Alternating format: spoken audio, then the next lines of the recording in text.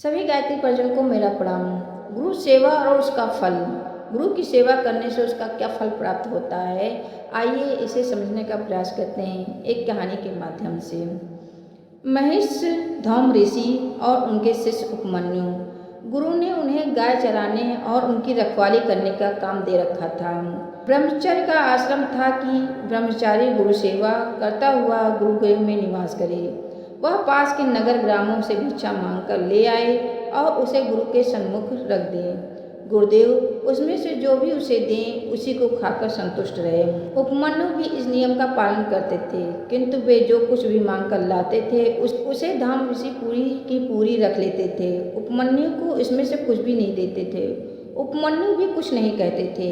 एक दिन ऋषि ने पूछा कि उपमन्यु, मैं तुम्हारी भिक्षा का भी अन्न रख लेता हूँ, ऐसी दशा में तुम क्या भोजन करते हो? तुम्हारा शरीर तो हष्टपुष्ट है।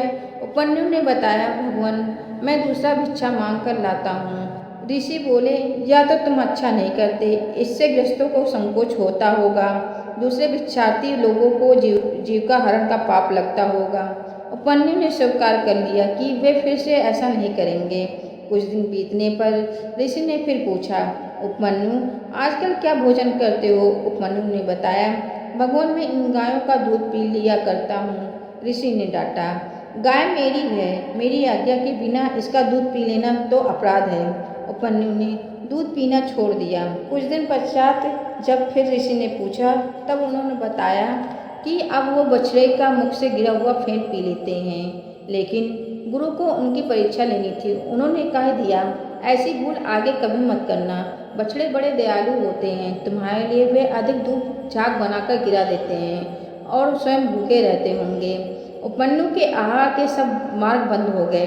गायों के पीछे दिन भर वन वन दौड़ता ठहरा। उन्हें अत्यंत प्रबल क्षुधा लगी। दूसरे कुछ नहीं मिला तो विवश होकर आग के पत्ते खा लिए। उन विषैले पत्तों की गर्मी से नेत्र की रोशनी चली गई। वे अंधे हो गए। देख न पाने के कारण वे वन में घूमते हुए एक जलहीन कुएं में गिर गए। सूर्यास्त को हो गया। गाय बिना चरवाहे के लौट आई, किंतु उपमन्यु नहीं लौटे। ऋषि चिंतित हो गए। मैंने उपमन्यु का भोजन सर्वथा बंद कर दिया। अब वह रुष्ट होकर कहीं चला न गया हो। शिष्यों के साथ उसी समय वे वन में पहुँचे और पुकारने लगे, बेटा उपमन्यु, बेटा उपमन्यु, तुम कहाँ हो? उपमन्यु का स्वर सुनाई पड़ा, भगवान, मैं यहाँ कुएं में पड़ा हूँ। ऋषि कुएं के पास गए। पूछने पर उपमन्यु ने अपने कुएं में गिरने का कारण बता दिया। अब ऋषि ने उपमन्यु को देवताओं के वैद्य अश्विनी कुमारों की स्तुति करने का आदेश दिया। गुरु आज्ञा से उपमन्यु स्तुति करने लगे। एक पवित्र कुरुभक्त ब्रह्मचारी स्तुति करे, देवता प्रसन्न भी न हो, ऐसा हो नहीं सकता। उनका देवत्व कहाँ टिकेगा? फिर कितने दिन टिकेगा? उपमन्यु की स्तुति से प्रसन्न होकर अश्विनी कुमार वे में ही प्रकट हो गए और बोले, यह मीठा पुआ लो और इसे खा लो। नम्रतापूर्वक उपमन्यु ने कहा, गुरुदेव को अर्पण किए बिना मैं पुआ नहीं खाना चाहता। अश्विनी कुमारों ने कहा, पहले तुम्हारे गुरु ने भी हमारी स्तुति की थी और हमारे दिए हुए पुए को अपने गुरु को अर्पित किए बिना खा लिया था। तुम भी ऐसा करो।